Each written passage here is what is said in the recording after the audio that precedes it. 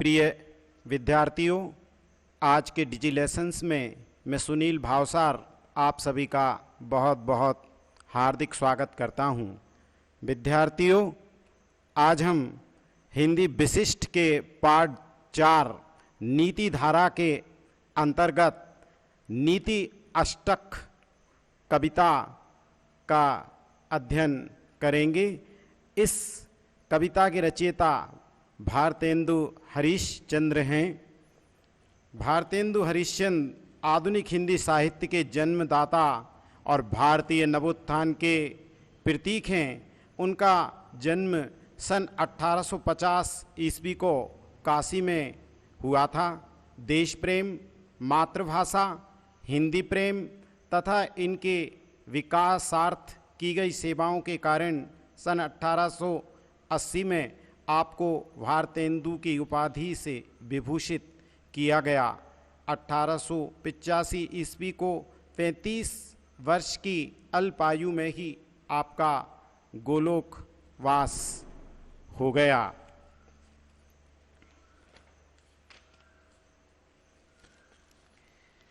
आधुनिक युग में भारतेंदु हरीशचंद्र बहुआयामी रचनाकार हैं। उन्होंने नाटक, काव्य, निबंध आदि समस्त विधाओं में रचना की है। संकलित दोहों में उन्होंने स्पष्ट किया है कि केवल पद पाने से ही प्रतिष्ठा नहीं मिलती, परोपकार करने से ही सम्मान मिलता है। एकता का ही महत्व है। कठिन से कठिन काम एकता से संभव हो जाते हैं। भारत के विकास के लिए भारतवासियों को बैरभाव छोड़ना होगा। अपनी भाषा, अपना धर्म ही सुख देने वाले हैं। जहाँ योग्यता और अयोग्यता को समझने का विवेक ना हो, वहाँ सुख और समृद्धि नहीं रह पाते। दोहा क्रमांक 1। मान योग नहीं होत को रो पद पाए, मान योग नर तेजे केवल परहित जाए। संदर्भ: प्रस्तुत दोहा हमारी पाठ पुस्तक हिंदी विशिष्ट नवनीत के पाठ 4 नीति धारा के अंतर्गत नीति अष्टक पाठ से संकलित है। इसके रचयिता श्री भारतेंदु हरीशचंद्र हैं। प्रसंग: प्रस्तुत दोहे में भारतेंदु हरीशचंद्र कहते हैं कि केवल पद प्राप्त कर लेने से कोई व्यक्ति सम्मानीय नहीं हो जाता। व्याख्या: मान्य योग्य, मान्य माने सम्मान करने योग्य, नहीं होता, को माने कोई भी व्यक्ति, कोरो पद पाए, कोरो माने केवल, पद माने पद, पाए पा जाने से। मान्य योग्य, मान्य योग माने सम्मान करने योग, नर माने वे व्यक्ति, ते माने वे, जे माने जो, केवल माने केवल, परहित, परहित माने परोपकार या दूसरों की भलाई के कार्य करते हैं। भारतेंदु हरीशचंद्र जी कहते हैं कि केवल बड़ा पद प्राप्त कर लेने से ही कोई व्यक्ति सम्मानीय नहीं हो जाता।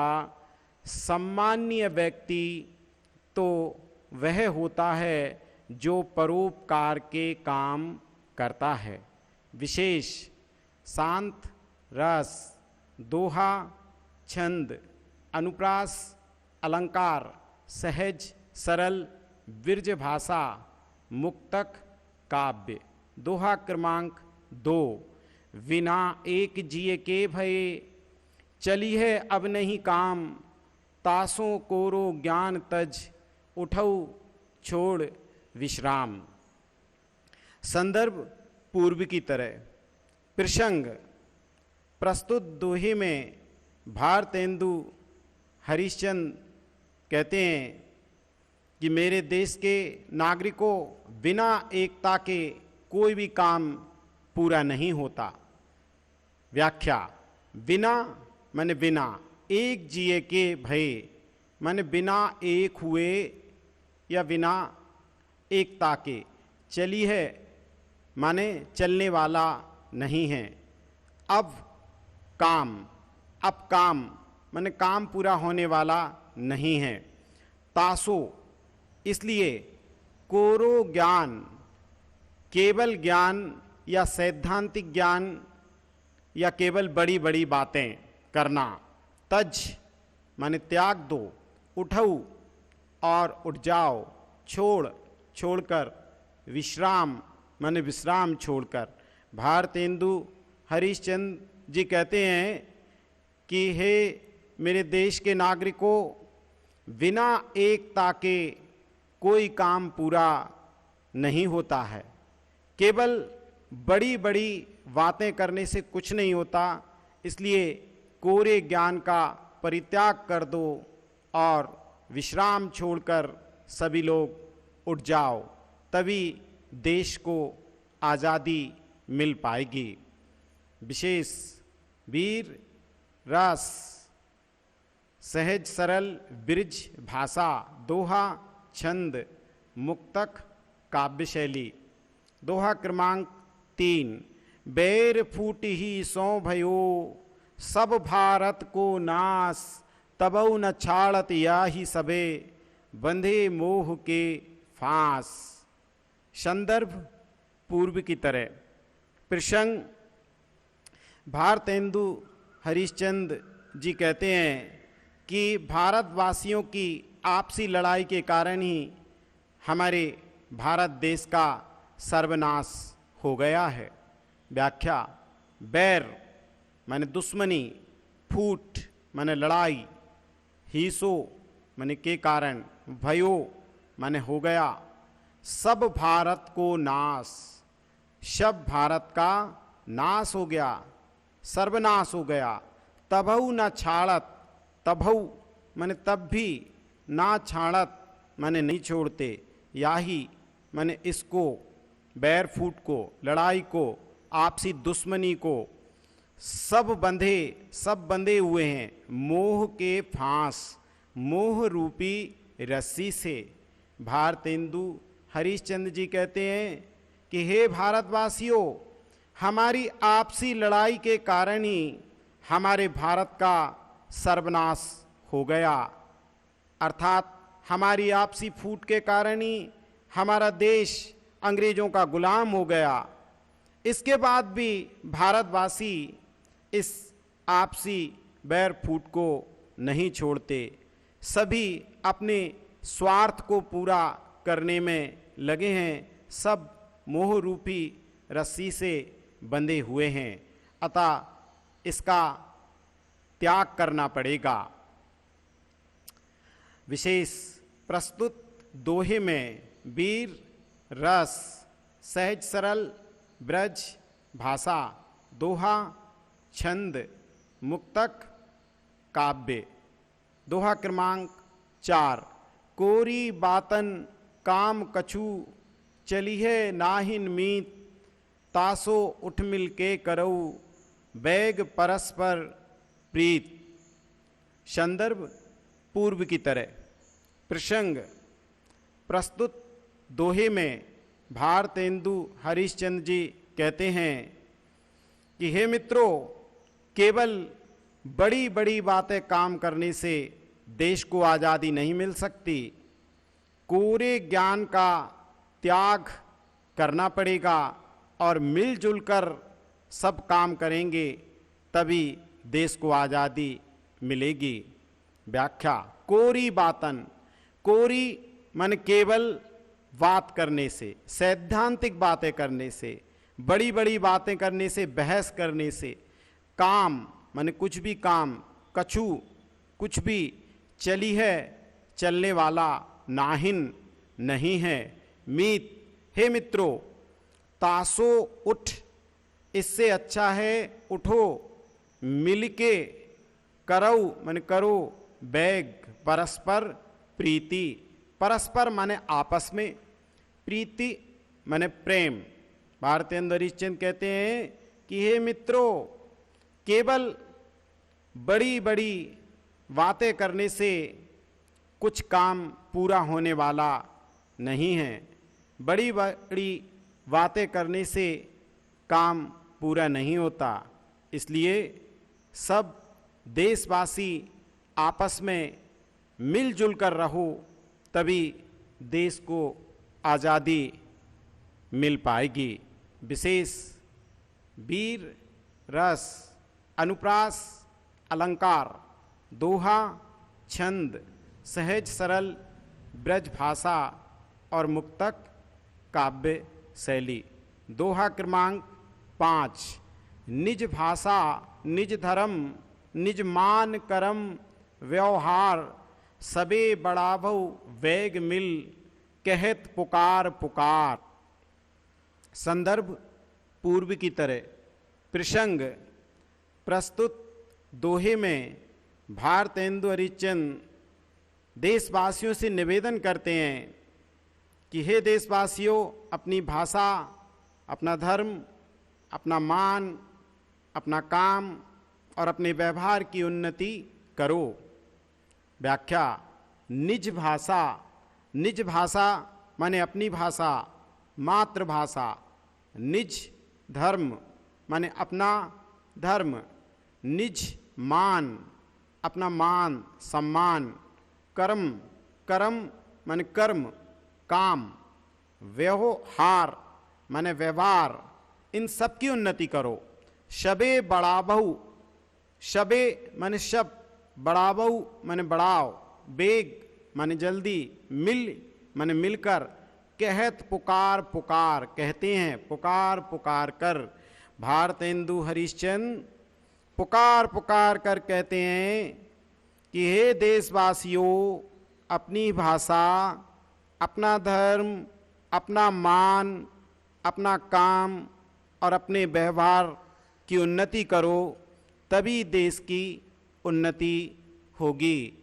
विशेष वीर रस, अनुप्रास, अलंकार, दोहा, छंद, सहज सरल बिरज भाषा, मुक्तक काव्य। करऊ विलंब न भ्रात अब उठऊ मिटाबहु सूल, निज भाषा उन्नति करऊ प्रथम जो सबको मूल। संदर्भ पूर्व की तरह। प्रसंग प्रस्तुत दोहे में कवि भारतेंदु हरिश्चंद्र अपनी मातृभाषा की उन्नति करने के लिए कहते हैं। व्याख्या। कवि भारतेंदु जी कहते हैं करहु माने करो, विलंब माने देरी, ना माने नहीं, भ्रात माने भाइयों, अब उठऊ उठ जाओ, मिटावहु मिटा दो, सूल माने शूल रूपी कांटों को, निज भाषा माने अपनी भाषा, अपनी मातृभाषा हिंदी, उन्नति करो, उन्नति करो, प्रयोग में लाओ अधिक से अधिक। प्रथम जो सबको मूल, प्रथम माने सबसे पहले, जो सबको मूल, जो सारी उन्नति का मूल है।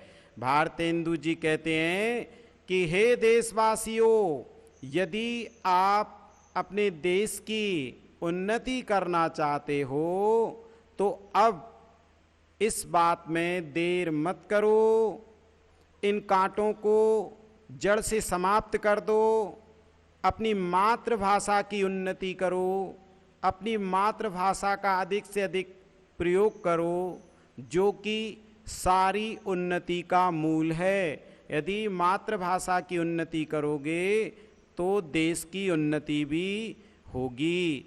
विशेष वीर रस, दोहा, छंद, सहज सरल बिरज भाषा, मुक्तक काव्य। यहाँ कवि मातृभाषा हिंदी का अधिक से अधिक प्रयोग करने का निवेदन करता है। दोहा क्रमांक 7, सेत सेत सब एक से, जहाँ कपूर कपास, ऐसे देश को देश में कबऊ न कीजे बास। संदर्भ पूर्व की तरह। प्रसंग प्रस्तुत दोहे में कवि भारतेंदु जी ने अंग्रेजी राज्य पर व्यंग्य किया है। वे कहते हैं सेत माने श्वेत, सेत माने श्वेत, सब एक से, सब एक समान समझे जाते हैं। जहां कपूर कपास, जहां कपूर और कपास जिनके गुण अलग अलग होते हैं, उनमें कोई अंतर नहीं समझा जाता, ऐसे देश कुदेश में, ऐसे बुरे देश में कबहू माने कभी भी ना कीजिए, नहीं करना चाहिए वास माने निवास। भारतेंदु हरिश्चंद्र जी अंग्रेजी राज्य पर व्यंग्य करते हुए कहते हैं कि जिस देश में जहाँ सभी श्वेत श्वेत वस्तुओं को एक सा माना जाता है, जहाँ अलग अलग गुणों वाली वस्तुएं कपूर और कपास में भी कोई भेद नहीं किया जाता, ऐसे बुरे देश में कभी भी निवास नहीं करना चाहिए। विशेष दोहा, छंद, सहज सरल ब्रिज भाषा, अंग्रेजी राज्य पर व्यंग्य। दोहा क्रमांक 8, कोकिल वायस एक सम, पंडित मूरख एक, इंद्रायण दाड़िम विषय जहान अनेक विवेक। यहाँ पर प्रसंग भारतेंदु हरिश्चंद्र कहते हैं कि जिस देश में पंडित और मूर्खों में भी भेद नहीं किया जाता, वह देश कभी भी उन्नति नहीं कर सकता। कोकिल माने कोयल, वायस माने कौआ, एक सम एक समान माने जाते हों। पंडित मूरख एक, पंडित माने विद्वान, मूरख माने मूर्ख, एक माने एक जैसे माने जाते हों। इंद्रायण, इंद्रायण माने कड़वा फल, दाड़िम माने अनार, विषय जहाँ कड़वे और मीठे जैसे विषय एक समान माने जाते हों, जहाँ न नेक विवेक, नेक माने भलाई, नेकी माने भलाई, विवेक माने बुद्धि, जहाँ विवेक और बुद्धि से काम नहीं किया जाता।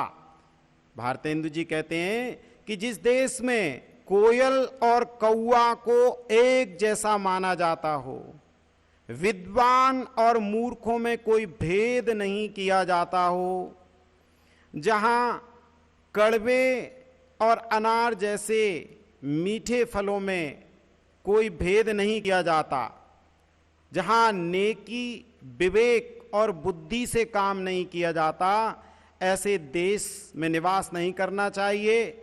ऐसे देश की कभी भी उन्नति नहीं होती। विशेष व्यंग्यात्मक शैली, दोहा, छंद, सहज सरल ब्रिज भाषा, मुक्तक, काव्य। अब हम पाठ 4 के प्रश्न उत्तर का अध्ययन करेंगे। अति लघु उत्तरीय प्रश्न, गिरधर के अनुसार हमें क्या भूल जाना चाहिए? उत्तर, कवि गिरिधर के अनुसार हमें बीती हुई बातों को भूल जाना चाहिए। प्रश्न क्रमांक 2, कोयल को उसके किस गुण के कारण पसंद किया जाता है? उत्तर, कोयल को उसकी मीठी वाणी के कारण पसंद किया जाता है। प्रश्न क्रमांक 3, गिरधर द्वारा प्रयुक्त छंद का नाम लिखिए। कवि गिरधर द्वारा प्रयुक्त छंद का नाम कुंडलियां हैं। कुंडली छंद 2 छंदों से मिलकर बनता है, एक दोहा और एक रोला मिलकर कुंडली छंद बनता है। प्रश्न क्रमांक 4, व्यक्ति सम्मान योग्य कब बन जाता है? उत्तर, व्यक्ति जब परोपकार की भावना से कार्य करता है। परोपकार यानी दूसरों की भलाई के काम करता है, तो वह सम्मान करने के योग्य बन जाता है। प्रश्न क्रमांक 5, भारतेंदु जी के अनुसार भारत की दुर्दशा का प्रमुख कारण क्या है?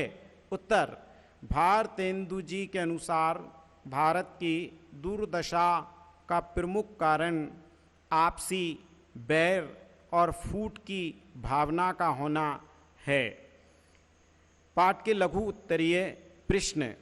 प्रश्न क्रमांक 1, कवि गिरधर के अनुसार मन की बात को कब तक प्रकट नहीं करना चाहिए? उत्तर, कवि गिरिधर के अनुसार मन की बात को तब तक प्रकट नहीं करना चाहिए जब तक कि किसी कार्य में सफलता ना मिल जाए।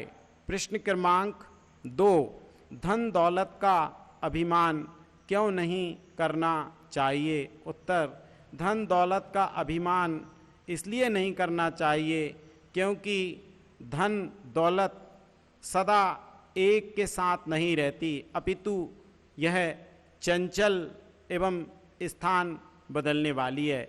यानी लक्ष्मी चंचल होती है, किसी एक के पास स्थायी रूप से नहीं ठहरती, इसलिए कभी भी अधिक धन प्राप्त करके अभिमान नहीं करना चाहिए।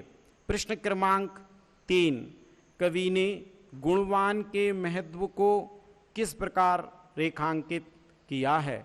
उत्तर, कवि ने गुणवान के महत्व को इस प्रकार रेखांकित किया है कि गुणी व्यक्ति को सभी लोग चाहते हैं। हजारों व्यक्ति गुणवान के चाहने वाले मिल जाते हैं, पर निर्गुण व्यक्ति का साथ तो घर वाले भी नहीं दे पाते। यानी जिसमें गुण नहीं होते उसको कोई पसंद नहीं करता। प्रश्न क्रमांक 4, भारतेंदु जी ने कोरे ज्ञान का परित्याग करने की सलाह क्यों दी है? उत्तर, भारतेंदु जी ने कोरे ज्ञान का परित्याग करने की सलाह इसलिए दी है क्योंकि कोरा ज्ञान जीवन में काम नहीं आता, इसलिए व्यक्ति में व्यवहारिक ज्ञान का होना आवश्यक है। प्रश्न क्रमांक 5, सम्माननीय होने के लिए किन गुणों का होना आवश्यक है? उत्तर, सम्माननीय होने के लिए व्यक्ति को परोपकारी होना चाहिए। कोरे पद से यानी बड़ा पद प्राप्त कर लेने से कोई सम्माननीय नहीं हो जाता। प्रश्न क्रमांक 6, उठऊ छोड़ी विश्राम का आशय स्पष्ट कीजिए। उत्तर, उठऊ छोड़ी विश्राम का आशय है कि हे देशवासियों, तुम विश्राम छोड़कर उठो और आपसी बैर भावना को भूलकर मिलजुल कर प्रेम से रहो, तभी देश की उन्नति होगी। दीर्घोत्तरीय प्रश्न। प्रश्न क्रमांक 1, बिना विचारे काम करने से क्या हानि होती है? समझाइए। उत्तर, जो व्यक्ति बिना विचारे अपना कोई काम करता है तो उस काम में उसे सफलता नहीं मिलती। इससे जहाँ उसका काम बिगड़ जाता है वहीं संसार में उसकी हंसी भी उड़ाई जाती है। प्रश्न क्रमांक 2, कौआ और कोयल के उदाहरण से कवि जो संदेश देना चाहता है उसे अपने शब्दों में लिखिए। उत्तर, कौआ और कोयल के उदाहरण से कवि यह संदेश देना चाहता है कि संसार में व्यक्ति की प्रतिष्ठा उसके रूप रंग से नहीं अपितु गुण से होती है। कौआ की आवाज़ कर्कश होने के कारण उसे कोई पसंद नहीं करता, जबकि कोयल की मधुर आवाज़ होने के कारण सभी लोग उसको पसंद करते हैं। प्रश्न क्रमांक 3, पाठ में संकलित भाषा संबंधी दोहों के माध्यम से भारतेंदु जी क्या संदेश देना चाहते हैं?